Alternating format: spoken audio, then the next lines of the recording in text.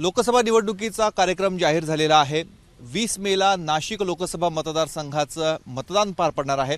मात्र अद्याप महायुती आणि महाविकास आघाडी दोघांकडेही उमेदवार त्यांना सापडत नाहीये।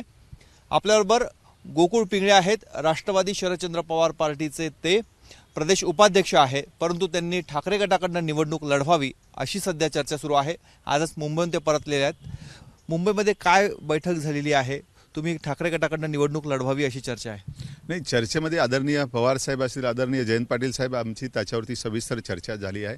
कारण मी 3 महिन्यापासून ते 3 ते 4 महिन्यापासून शरदचंद्रजी पवार साहेब असतील, जयंत पाटील साहेब यांच्याशी आम्ही ह्या नाशिकच्या जागेवरती बरेचसे डिस्कशन झाले की आपण कशी जागा विनिंग होऊ शकतो। यासाठी आपल्या पक्षाकडे घेतली तर अति उत्तम राहील आणि त्यातने आपण विजयी होऊ। पवार साहेबांना मानणारा, जयंत पाटील साहेबांना मानणारा हा मतदारसंघ आहे, त्यासाठी आम्ही प्रयत्नशील होतो। आता त्यात अनेक काही घडामोडी झाल्या आहे। सन्माननीय उद्धव बाळासाहेब ठाकरे असतील किंवा संजय राऊत साहेब आहे, यांची इच्छा आहे की ही जागा आम्ही उद्धव बाळासाहेब ठाकरे गटाने लढवावी। त्यासाठी त्यांचा प्रयत्न चालला आहे। आम्ही त्याच्यावरती चर्चा करतोय। चर्चेतनं आता त्यांनाच उमेदवारी कुठला द्यायचा, काय द्यायचा हे त्यांनी ठरवायचं आहे। पण विजय करंजकर एकीकडे इच्छुक आहात, दुसरीकडे तुम्ही आहात आणि तुम्ही तुमचा पक्ष सोडून ठाकरे गटामध्ये जावं हा प्रस्ताव नेमका आला कुठून?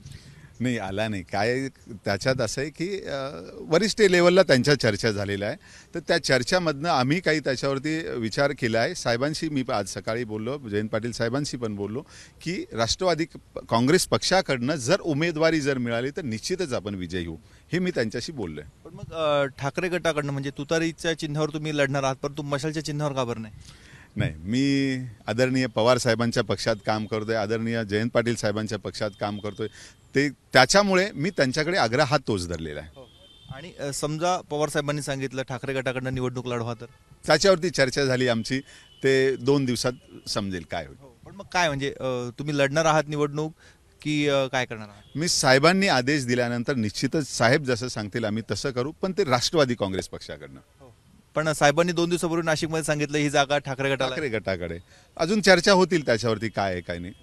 काही सकारात्मक नाही, सकारात्मक चर्चा तर चालल्या आहे, पण 2 ते 3 दिवसात त्याच्यावरती निर्णय होऊन जाईल। तुम्हाला हरकत काय, आक्षेप का बरं तुम्हाला ठाकरे गटाकडनं लढायला? मी ऑलरेडी गेले 5 वर्ष मी ठाकरे साहेबांच्या पक्षामध्ये काम करत होतो। शरदचंद्रजी पवार साहेबांवरती आमचं गेले अनेक वर्षापासून प्रेम आहे, त्यामुळे ज्यावेळेस पक्ष वेगळा झाला तर आम्हालाही थोडी बांधिलकी आहे की आदरणीय पवार साहेबांच्या ह्या परिस्थितीमध्ये आपण त्यांना साथ देणं गरजेचं आहे। त्यामुळे मी शरदचंद्रजी पवार साहेबांकडनं पक्षाचं काम करतोय आणि परत तिकडनं जाऊन परत शिवसेनेकडनं जाणं, हे शिवसेना पक्ष हाही आमचा आघाडीचाच पक्ष आहे, त्यात वाद काय नाही। परत मी आज इतका पूर्णपणे जिल्ह्यामध्ये आम्ही आदरणीय कोंडाजी मामा असतील, आदरणीय गजानन शेलार असतील, दत्तात्रय पाटील, सर्व संघटनेचे लोक असे आम्ही जिल्हाभर काम करतोय आणि अचानक परत शिवसेनेकडनं उमेदवारी करायची, याच्यावरती मी पवार साहेबांशी बोललोय की आपण बघा त्याच्यावरती काय करताय। हे आहेत गोकुळ पिंगळे, निवडणूक लढण्यासाठी इच्छुक आहेत। ठाकरे गटाकडनं त्यांनी निवडणूक लढवावी अशी त्यांच्याकडे प्रस्ताव देखील आहे, मात्र सध्या त्यांची मनाची तयारी तशी दिसत नाहीये। त्यामुळे येत्या 2-3 दिवसांमध्ये काय होतं ते बघणं महत्त्वाचं आहे, कारण शरद पवारांनी नाशिकमध्ये सांगितलंय ही जागा ठाकरे गटासाठी देण्यात आलेली। त्यामुळे गोकुळ पिंगळे तुतारीच्या चिन्हावर निवडणूक लढवतात की मशाल हातात घेतात हे 2 दिवसात स्पष्ट होणार आहे।